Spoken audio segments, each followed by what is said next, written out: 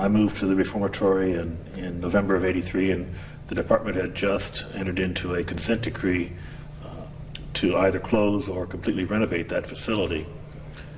It was a 100-year-old prison in terrible physical condition, terribly overcrowded with more than 2,000 inmates.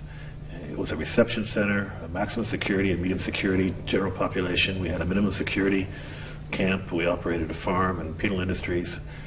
And the facility was falling down around us. It had the largest freestanding steel cell block in the world, the East Cell Block, that had 600 cells in it, 1,200 inmates in one cell block. It's so large that there were individual panes of glass on the outside walls of the cell block, and there were over 7,000 panes of glass in a single cell block that had to be maintained and cleaned.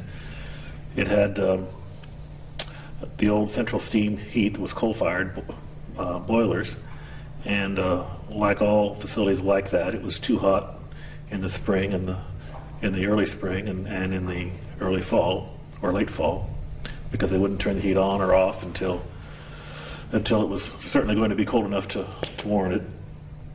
And so the inmates would throw batteries through these windows to increase the ventilation. And so it was a continual maintenance nightmare. I can remember my very first Christmas there. We had a sudden temperature drop of about 50 degrees in a matter of a few hours. And the steam in the pipes to the cell blocks condensed and blocked the lines, and so we lost all heat in the cell blocks. And we had no place to put the inmates, and we had inmates in the lower tier in the cell blocks who actually wove newspapers through the bars of their cell so that their body heat would stay inside the 6-foot by 7-foot cell to keep them warm. And we actually had toilets freeze and burst in those cells. So it was a horribly outdated facility, and we managed to hold it together and operate in compliance with the consent decree and actually make progress until we were in a position where we were able to close it and open the new prison in September of 1990.